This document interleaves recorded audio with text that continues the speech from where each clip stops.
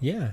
I mean, it's kind of hilarious how these whales basically don't even have to try. Like it's so funny seeing like I'll see whales that spend a lot of money basically with like the worst builds imaginable, just wrecking everyone because it doesn't matter if their build is trash. It doesn't matter what skill they use. Everything they do is gonna just do so much more damage, and they're gonna be near impossible to kill. So it doesn't like these whales are the could be the worst players ever with the worst builds ever. It doesn't matter. They just win. They just win. It's so stupid. God, man. Like for example, I see like wizards running disintegrate in PvP, and it's god awful build in PvP. Just trying to use disintegrate in PvP is so subpar compared to just magic missile spamming, or even just running there's just so many things you can do better than disintegrate in PvP. But it doesn't matter for whales. They use disintegrate because it kills everyone instantly. No matter what they do, it's just gonna kill everyone instantly. Because they have so much power. If I try to run disintegrate in PvP, it's not gonna work. Because I'm gonna stand there and I have to channel my disintegrate and tickle my enemies and hope that my enemies don't just jump on me and target me and focus me down while I'm sitting here like holding down disintegrate. Which is what happens whenever I try to use disintegrate in PvP. I'm a sitting duck and I die instantly. But for whales, they just sit here and do this and everyone's dead and they're like, oh yeah, okay, I win, kind of thing, right? It doesn't matter. It works fine. You think it works fine? Tell me, Rykes. It works fine in bronze. It works fine against bronze opponent. I can go 30-0 with disintegrate in bronze. You're at 80% win rate legend. Okay, how much have you paid for? What's your reso right now? That's my entire point here is that it works when you have higher reso. 1.1k. Yeah, that's a good amount of reso. That's a good amount of reso. That's more than most people. I have 790 right now, and going against someone with 1.1k reso might seem small to you. It might seem like only like 300 reso difference, but in reality in PvP it's a huge difference. You can melt people way faster than I can. That's my case. That's my entire point here, is that your build is enabled because you have more reso than me. But it's not the most ideal build for PvP by any means. You had no reso last week and you were climbing? Yeah, were you climbing out of bronze? I think our situations are very different here, right? And you can claim that disintegrate is a good build in PvP if you want to, but I will adamantly disagree with you and point you into other builds that are way better than disintegrate for PvP. We could theory craft all these things all day long, but when everything is determined by pay to win, it makes it hard to compare your experience with my experience, right? We have very different experiences when pay to win is so egregious and controls basically every outcome in PvP. It's the same thing with challenge rifts. I could theory craft all day about what the best build for challenge rifts is, but in reality it doesn't matter because it just goes to whoever swiped whoever swiped the most, right? And I do this as a gamer, as a Diablo Immortal, as a Diablo partner, and as someone that's played many Diablo games and done all this theory crafting in multiple ARPG games. I can sit here and do what I do, but none of that matters in reality because of how strong pay to win is. In fact, I've written guides on maxroll.gg. I have all these wizard guides on maxroll.gg, the most ideal guides for everything. But none of that really matters if you keep swiping. Why do I think my builds are ideal? Which ones do you want me to talk about, right, Raxum?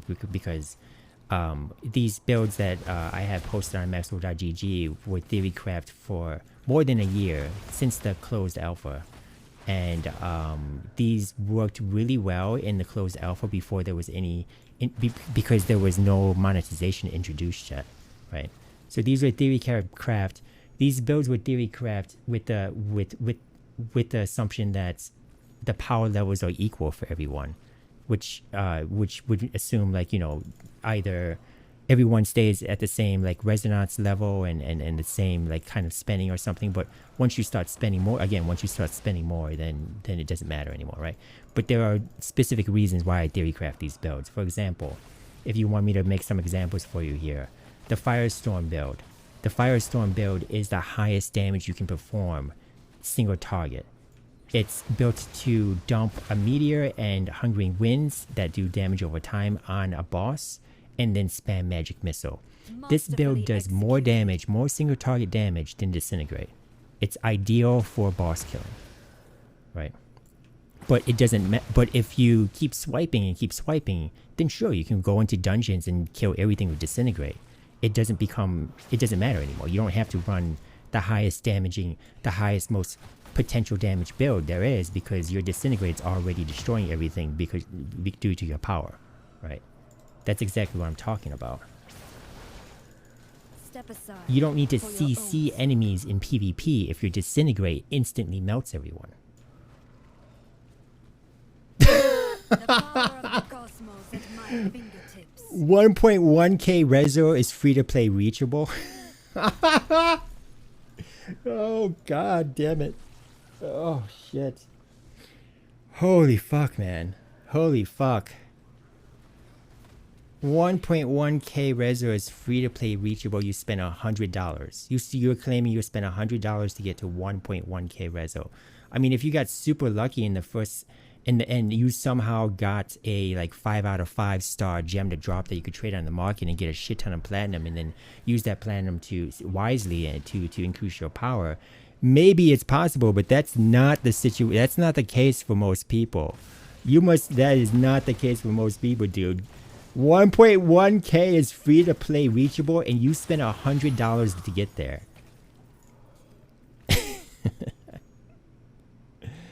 Oh my god, man.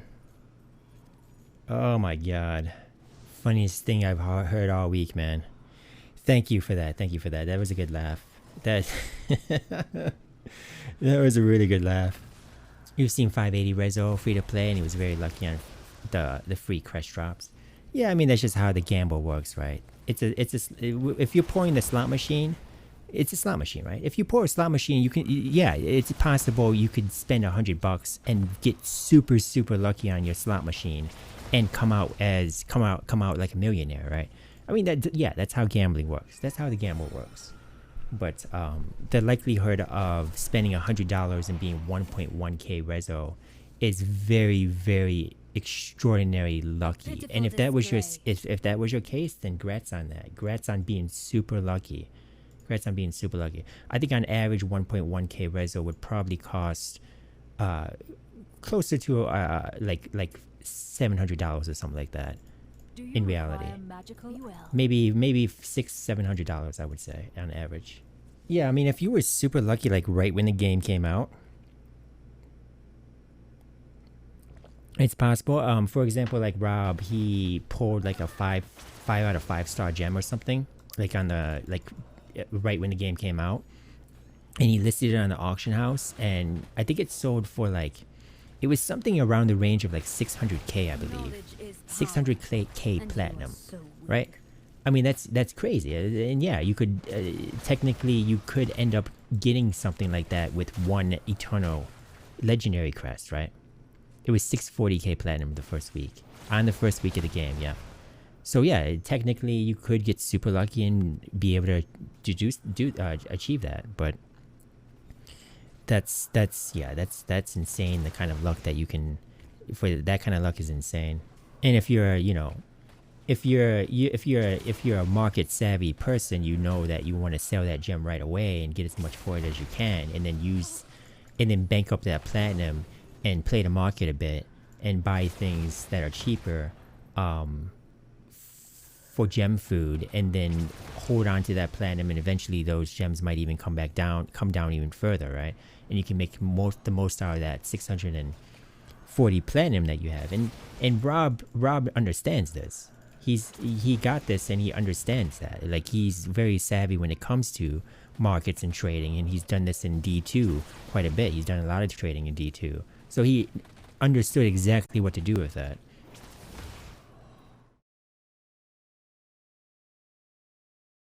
You at can this see him guy. floating around. Look Yeah, at this. this is what I always see him doing. He's like kind Yeah, of that's floating. look He's at this floating guy. while holding the beam down. Holy shit! I've done. That's new. But yeah, That's new. This guy is moving while that's, holding his beam down. Look at this guy. See this? He can move while lasering. Did you see that? Okay, I got even Yeah. something better for you. I'll put this into my Sony Vegas so I can look at this clip by clip. Okay, I'm gonna study this clip by clip for you guys. Okay.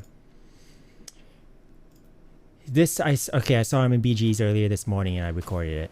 So this is the first time I was able to get him alone. Okay. First time. Watch this. I need healing. Dead, right? And there were other people around. There was a Bob here, but the Bob didn't do anything. This guy here didn't attack or anything, right? Oh, there's a Necro, sorry. But you can clearly see the melting going on here. I need Okay. healing. One thing to take note on this is, okay, so I have 48k HP, and I have a shield that procs here. You can see the shield proc. So they will go frame by frame. Right here, I get my Montebac shield, right? This is my Montebac shield. So here's the Montebac shield. Montebac's 4-piece is 33% HP, extra HP. So I have 48k, right? Plus that Montebac shield is times 1.33, right? Let me just double check to make sure this is actually, yeah, Montebac's 4-piece, 33% of your max life. Okay, so just double checking that. So 48k times 1.33, that's 68k HP, effectively. So back to this. There's the proc. And then, do I also have a Phoenix Ashes proc here? So here's slow-mo bounty. Okay, here's the Phoenix Ashes proc, right? My Phoenix Ashes is right here. That is a shield that absorbs 530% of my base damage. So my base damage right now is almost 4k. 3968, right? For my PvP build here. Okay, so we're doing the math.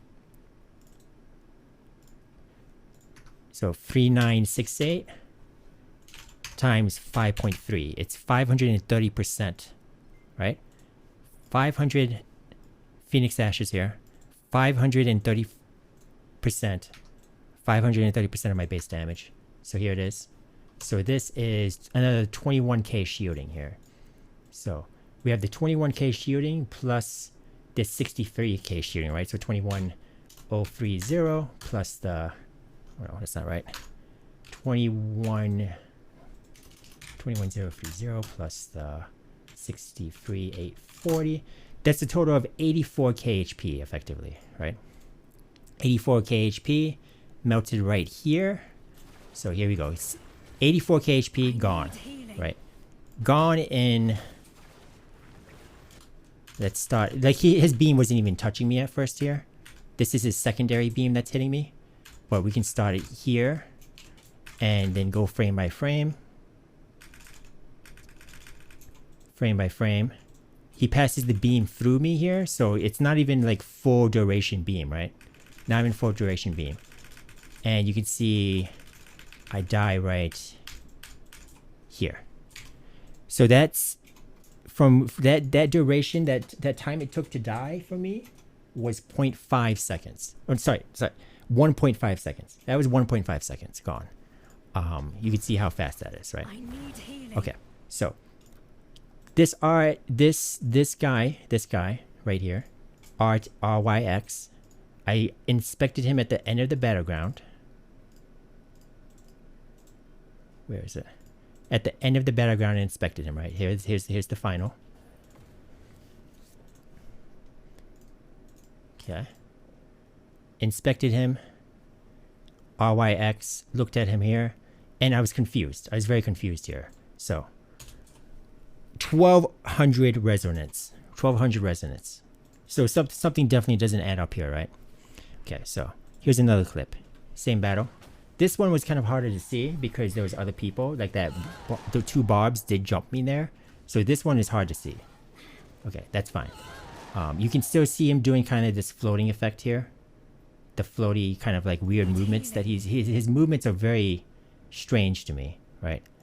But here's probably the best clip I found that I was able to get. Here's the best clip here. Okay. This one I intentionally ran up to him by myself, walked up to him, and just stood still for him. Stood still for him, right? Just to get this recorded. So ran up to him, boom, dead. Okay. So for this one, you can see I did proc my Montebax here. Right here, you can see the Montebax. This one I did not have the Phoenix Ashes proc at the end though, but it still stands, right? It's still the like 63k HP gone. Okay, so this wizard has 1200 resonance. The total damage on this wizard was 4k. Very close. It's similar to mine. I have like 3.9k. This wizard has 4.2k. Very similar, right? I have 48k life. We have about we have the same life, basically, right? Okay, so yeah, it just doesn't seem correct, right? So I recorded it. The first tick here until I die, right? Frame by frame until I die, right here. Okay, so right here, right? So frame by frame here, we record. I measured the time here. It was 1.3 seconds. This was 1.3 seconds to die, to death. I was melted by him in 1.3 seconds. I stood still for him and let him beat me. Okay. Other interesting thing here is I was trying to count the damage numbers, and the damage numbers definitely don't add up. So I don't think something is going on with the damage numbers here. There are an abundance of damage numbers popping up in this 1.3 seconds, but I could not add up the damage numbers to the appropriate like 68k damage or whatever, right? Or at least the shielding is going to say absorb, but the damage that doesn't get shielded would still show up. So at the very least, I should have been able to count 48k damage of my base life here, but I was not able to do that. So that kind of made it hard for me to prove here, right? But again, this is all the damage numbers popping up within 1.3 seconds. 1.3 seconds, all those numbers popped up. Wasn't able to add it up. That's fine. Other thing we can see here though is, and I peeped his gear. He's obviously using this white beam here. You guys know what that is? This beam here is the 4-piece grace set. The 4-piece grace set. If I inspected him at the end here, I can maybe show it. It's obvious he's using it, but I think I did peep at that gear. Where is it? Well, okay, I can show you in game. I can show you in game. Here, 4-piece grace. This one right here. Every time you damage an enemy individual, every time you damage an individual enemy 5 times. Is that really worded that way? Oh, each time you damage an individual enemy 5 times, you deal additional damage. That's what that beam is. It takes 5 hits. It takes 5 hits to proc this beam, right? So, here's what we can do. We can count how many beams we get. Okay. 1 beam, the blue beam here up top. This thing here. 2, 3, 4, and 5. Okay? So let's watch this in real time. We watch the beams come out. You see that? You see how fast those beams are coming out? This is the 4-piece grace set. So what does that mean? 5 beams. 5 beams means he hit me 5 times per beam, right? He has to hit me 5 times to get a beam. 5 times 5, 25. He hit me 25 times. He hit me 25 times in 1.3 seconds. That's me being hit 25 times by him. I grow weak. Is that yeah, I think that's essentially proof right there, right? That's pretty much, I mean, is that proof? I think that's proof. I think it's maybe I couldn't count up the numbers because the numbers aren't showing. It's not showing up all the numbers. But I think the fact that he hit me 25 times, melted through 63k of my life in 1.3 seconds. I think this is pretty damn. This is pretty. This is evidence here, right? I grow weak. Yep. 3 separate times he did this to me. I need healing. So that's what I have. And then, yeah, so Kashi was nice enough to give me that clip that we also saw of this. Now, so this user came in to my stream. This is him right here, right? This person came into my stream 6/28. It was 5 days ago, I believe. 5 days ago. This user came into my stream 5 days ago.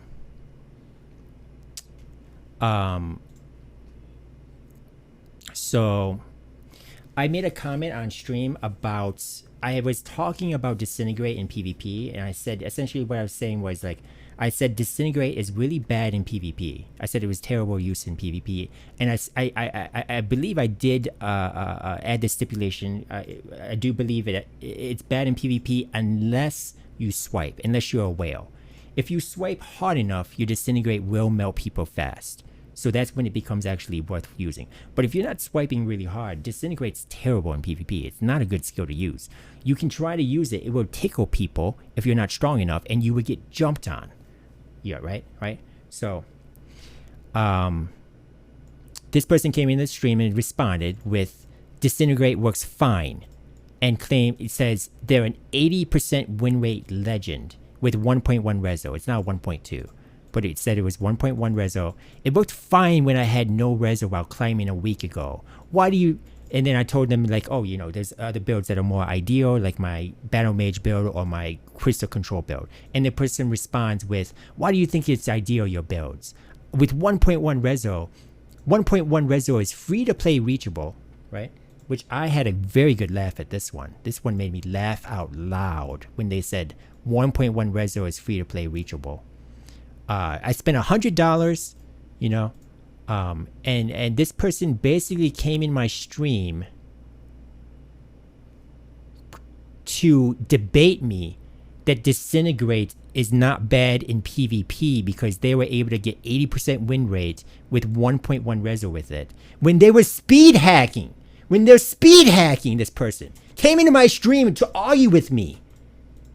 The balls of this person to actually try to debate me while they're speed hacking. Oh, whoa, whoa. I thought this was going to be a relaxing stream. Can you believe it? God. Can you believe this? Can you believe this? I'm talking to a speed hacker about balance on Disintegrate? Why?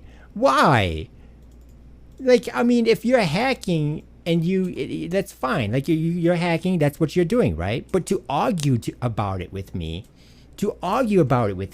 and pretend like everything's okay and you're able to get 80% win rate legend with Disintegrate at 1.2 reso without disclosing the fact that you're speed hacking is a disingenuous argument. It's disingenuous. Why are you doing this?